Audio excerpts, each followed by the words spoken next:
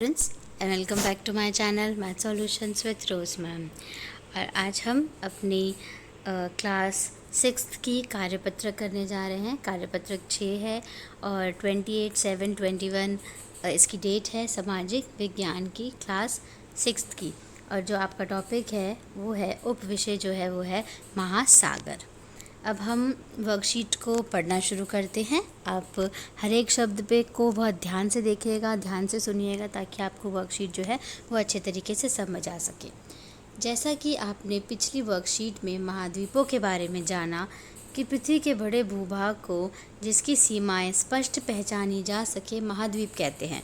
तो हमने last worksheet में हमने ये सीखा था कि महाद्वीप किसको कहते हैं कि जिसकी जो सीमाएं हैं वो स्पष्ट पहचानी जा सके, तो उसको हम महाद्वीप कहते हैं। आज हम महासागरों के बारे में जानेंगे जो इन महाद्वीपों को चारों ओर से घेरे रहते हैं। तो आज हम महासागरों के बारे में पढ़ने जा रहे हैं। जो महाद्वीप जो थे, हमने 7 महाद्वीपों के बारे में पढ़ा था, उनको चारों तरफ से जो है महासागरों ने घेरा हुआ है। पृथ्वी पर पाए जाने वाले जल का 97% से अधिक भाग महासागरों में पाया जाता है। कि जो पृथ्वी पे जो जल पाया जाता है 97% जो है वो महासागरों में पाया जाता है। महाद्वीपों की तरह महासागरों की सीमाएं स्पष्ट नहीं होती। जैसे महाद्वीप की जो सीमाएं हैं वो स्पष्ट हैं, उनकी लिमिट्स हैं, लेकिन जो महासागर हैं उनकी सीमाएं स्पष्ट नहीं होती। बड़े से छोटे आकार के आधार पर क्रमशः 5 प्रमुख महासागर है। इसका मतलब हमारे कितने महासागर हैं? 5 प्रमुख महासागर हैं। पहला है प्रशांत महासागर, दूसरा अटलांटिक महासागर, हिंद महासागर, दक्षिणी महासागर और आर्कटिक महासागर। एक बारी और मैं इसको पढ़ना चाहती हूँ यहाँ पे, ताकि आपको और अच्छे तरीके से समझ आए। मेन जो है वो आपका क्या है यहाँ पे आपका जो मेन है वो है बड़े से छोटे के आधार पर हमें ये देखना है। बड़े से छोटे के आधार पर 5 प्रमुख महासागर है। प्रशांत महासागर, अटलांटिक महासागर, हिंद महासागर, दक्षिणी महासागर तथा आर्कटिक महासागर। अब इन्होंने एक गतिविधि 1 दे रखी है, जिसको हम यहाँ पे देखते हैं। नीचे दिए गए चित्र में इन महासागरों की स्थिति को पहचानिए। अब यहाँ पे देखो, देखते हैं कहाँ कहाँ पे जो महासागर थे हमने देखे थे वो कहाँ पर आ रहे थे, देख लेते हैं। चलो ये देखिए, यहाँ पे ये है एक आपका आर्कटिक महासागर।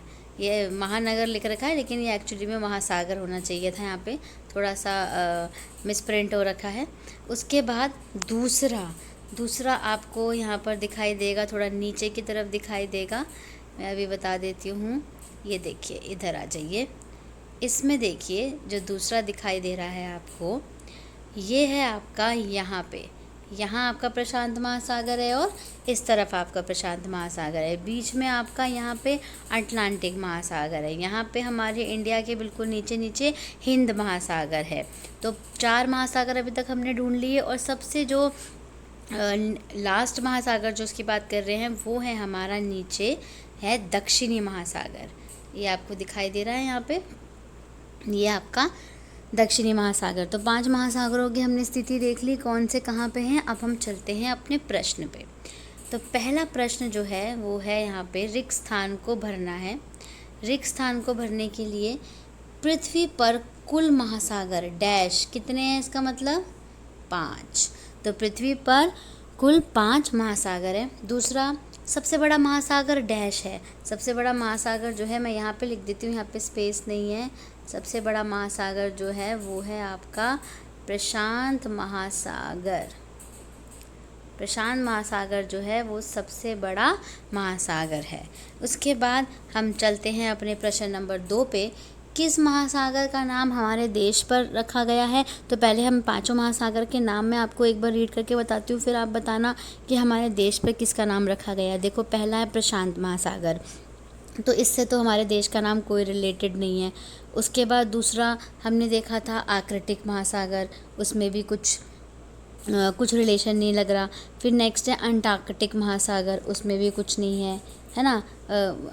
सॉरी, वो आपका दक्षिणी महासागर, ठीक है। फिर आपका अटलांटिक महासागर, उसमें भी कुछ नहीं है, ठीक है। उसके बाद आपका आता है हिंद महासागर। तो क्या हिंद महासागर से कुछ आपको समझ आ रहा है कि जो हिंद महासागर है, हिंद महासागर से हिंदुस्तान है ना, इंडिया ना, तो इसलिए हिंद महासागर जो है उससे हमारा देश का जो नाम है वो हिंद महासागर से पड़ा है। तो जो इसका आंसर हुआ वो आपका हुआ बच्चों हिंद महासागर। ये आपका प्रश्न 2 का आंसर है, यहाँ पे ये फिल इन द ब्लैंक्स का आंसर है, और दिस इज़ आपका 5 का आंसर है, ठीक है। तो इसी के साथ हमारी जो ये आज की वर्कशीट है ये कंप्लीट होती है। तो आप इनको अपनी कॉपीज़ में नोट डाउन कर लीजिएगा इन सभी आंसर्स को, और एक बार से इनके फिर दोबारा से प्रैक्टिस करिएगा वीडियो के ज़रिए। और अब मिलते हैं अब हम नई वर्कशीट में अपनी नई वीडियो के साथ। तब तक आप लोग पढ़ाई करते रहिए और सभी से अपनी 2 फीट की दूरी पे रहिए, ताकि आप कोरोना से बचे रहें और बिल्कुल ठीक ठाक रहें और स्वस्थ रहें। ठीक है प्यारे बच्चों, अब हम मिलते हैं अपनी नेक्स्ट वीडियो में। Thank you students.